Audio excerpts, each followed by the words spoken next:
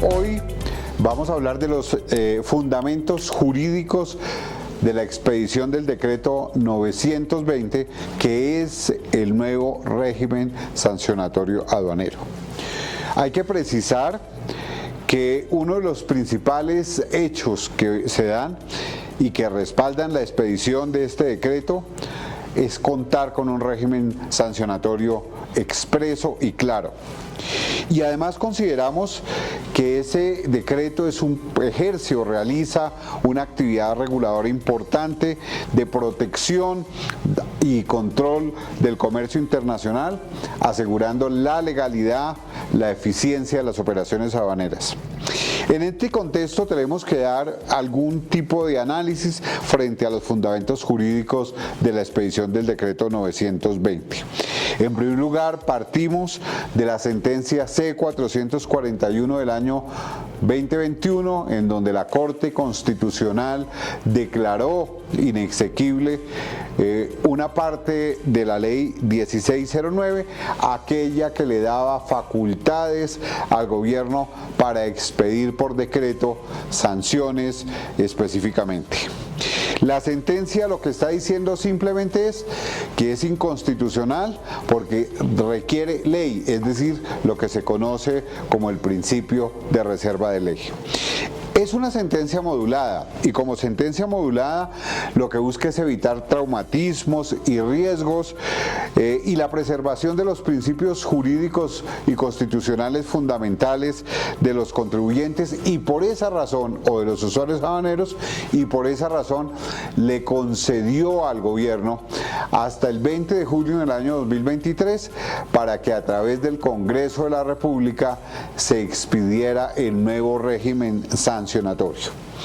Mediante el artículo 68 de la ley 2277, que acordémonos era la reforma tributaria pasada, el Congreso de la República dio precisas facultades en ejercicio de sus competencias al presidente de la República y adicionalmente dentro de esas disposiciones le dijo específicamente que en ejercicio de las funciones de la libertad de configuración normativa, el Congreso puede darle facultades extraordinarias al presidente de la República para que expida el nuevo régimen.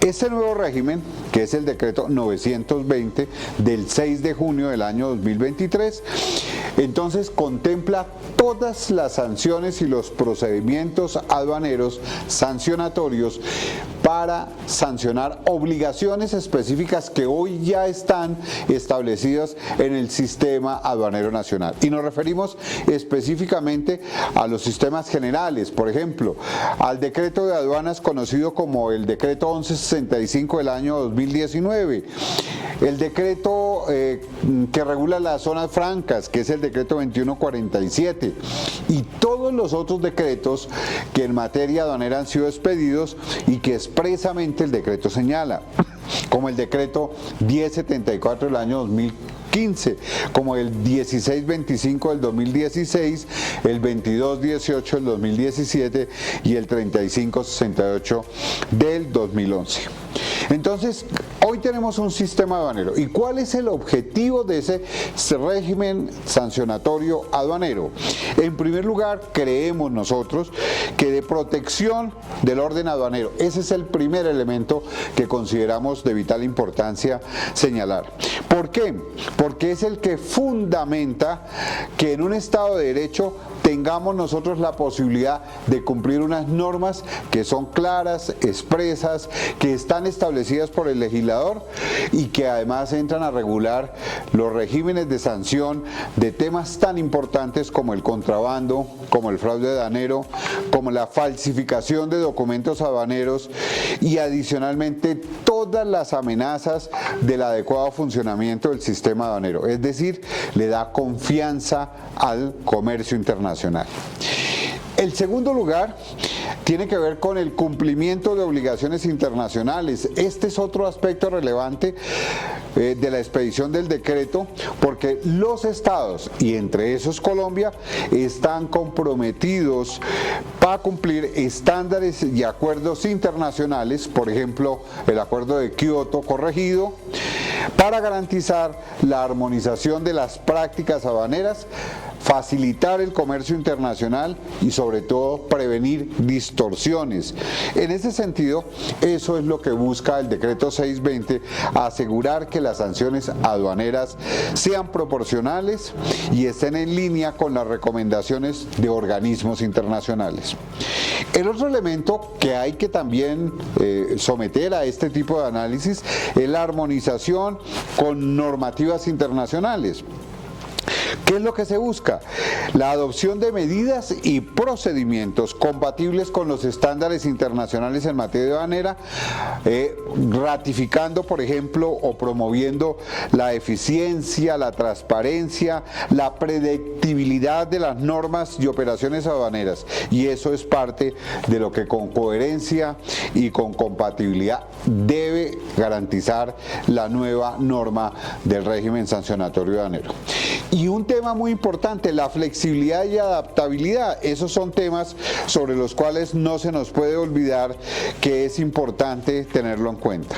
Pero en todas estas discusiones ha habido algo absolutamente básico, y es que dentro de la legislación, y hoy materia de una amplísima discusión de los expertos, se vienen creando algo que han denominado los expertos, que está contemplado en muchas de las sentencias de la Corte, que son los tipos sancionatorios en blanco.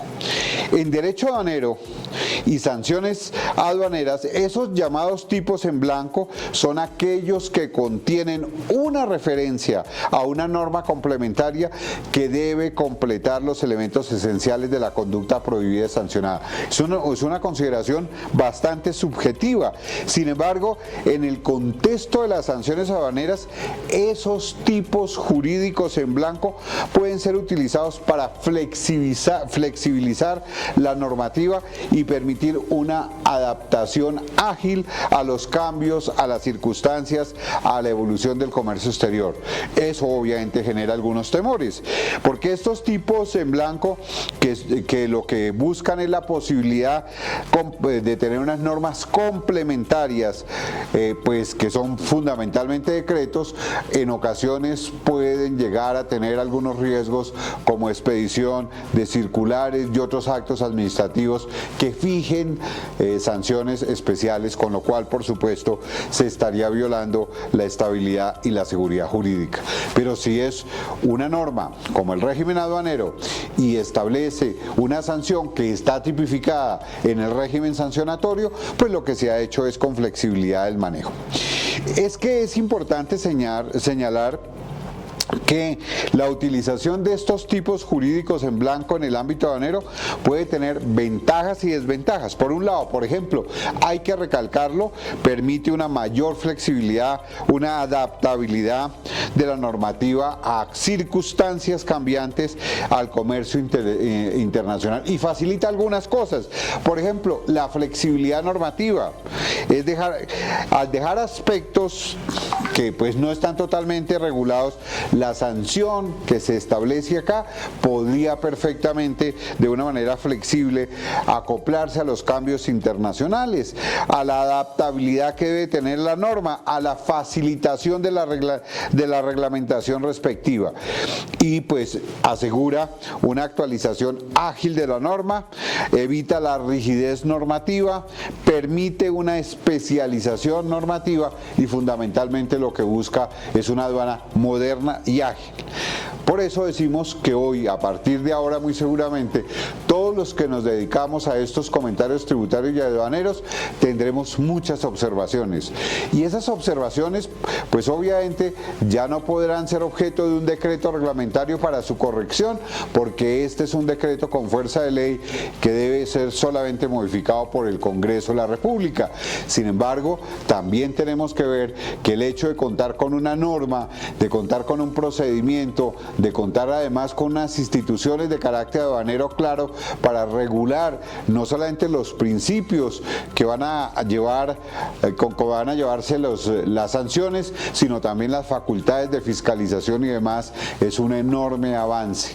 Es un avance que le permite seguridad jurídica, comprensión, evitar la discrecionalidad y muy seguramente también darle una transparencia importante a todo el sector aduanero. Creo creemos que se dio un buen paso.